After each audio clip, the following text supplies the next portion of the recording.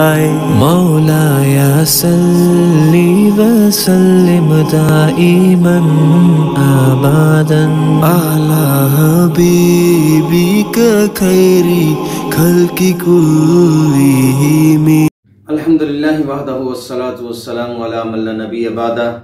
अल्लाहुम्मा सल्लि व सल्लिम अला नबी मुहम्मद सल्लल्लाहु अलैहि वसल्लम। कुरैश मक्का जो थे वो सब इकट्ठे होकर मशवरा कर रहे थे कि क्यों ना कोई हम अपना काबिल तरीन आदमी मोहम्मद करीम सल्लल्लाहु अलैहि वसल्लम के पास भेजे, वो मोहम्मद अलैहिस्सलाम से बातें करे और हमारी तरफ से उनके साथ मुज़ाकरात करे।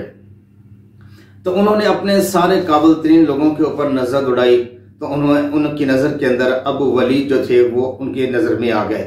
उन्होंने अबू वलीद से कहा, अबू वलीद जाओ आज जाके मोहम्मद करीम सल्लल्लाहु अलैहि वसल्लम से हमारी तरफ से बातें करो और उनको हराना है, उनका मकसद ये था। तो अबू वलीद जो है वो इनकी बातों के अंदर आके अल्लाह के रसूल सल्लल्लाहु अलैहि वसल्लम से बातें करने के लिए चला गया।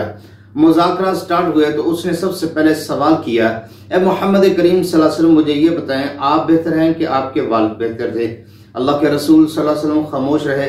फिर उसने दूसरा सवाल किया, आप बेहतर हैं या आपके दादा बेहतर थे?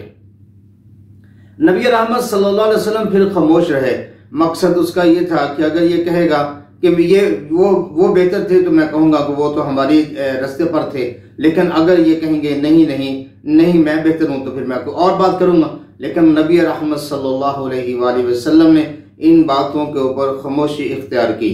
वलीद कहने लगा कि आपने हमारे जो कबीले थे पूरे कबीले को पारा पारा कर दिया, हर तरफ इख्तलाफ हो गए, लोग अब हमें मजाक बना रखे हैं और लोग इस तरह हमारे अंदर तलवार के चलने को देखते हैं जैसे कोई हामला औरत होती है और उसकी डिलीवरी का टाइम करीब होता है और लोग मुंतजर होते हैं कि कब खुशखबरी सुनाई जाएगी।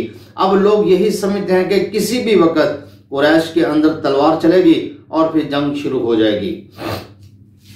मोहम्मद करीम सल्लल्लाहु अलैहि वसल्लम आका करीम अलैहिस्सलाम उसकी बात को सुन रहे थे। फिर आखिर के अंदर उसने ये बात कही, ए मोहम्मद सल्लल्लाहु अलैहि वसल्लम अगर तू चाहता है कि तू दौलत हासिल करे इस मिशन के साथ तो हम तुम्हें इतनी दौलत दे देंगे कि तू सारे जो मक्के वाले हैं सारे कुरैश वालों से अमीर तरीन हो जाएगा। और अगर तेरे दिल के अंदर शादी करना है किसी लड़की के साथ तो तू लड़की हमें बता दे, इस जैसी 10 लड़कियां हम तुम्हें दे देंगे, तुम उनसे अपना निकाह कर लेना। नबी रहमत सल्लल्लाहु अलैहि वसल्लम ने पूछा, अब तुम्हारी बात मुकम्मल हो गई है? उसने कहा, जी मेरी बात मुकम्मल हो गई है। इससे पता ये चलता है कि हमेशा अपने साथ जो बात कर रहा है उससे पूछ लेना चाहिए कि आपकी बात मुकम्मल हो गई है।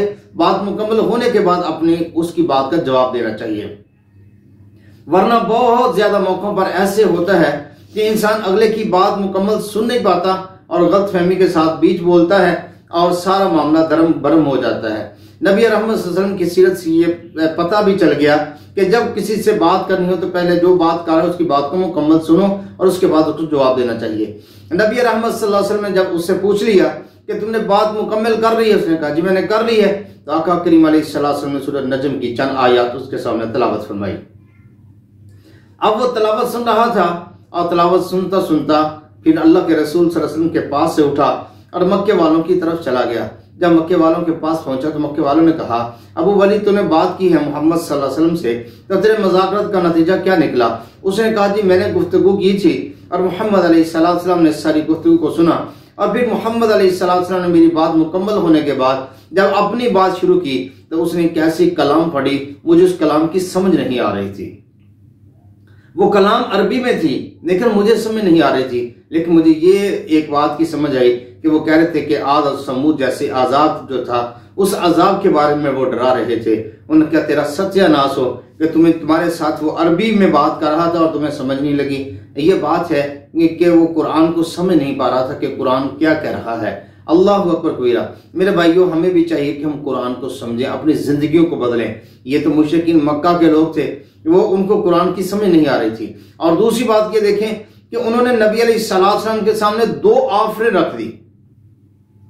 एक ऑफर जितनी दौलत चाहें आपको दे देते हैं और आप कुरैश के अमीर तरीन आदमी बन जाएंगे, और अगर किसी लड़की के साथ आपने शादी करनी है उसके मुतालिक बता दें हम उस जैसी 10 लड़कियां आपके सामने हाजिर कर देंगे।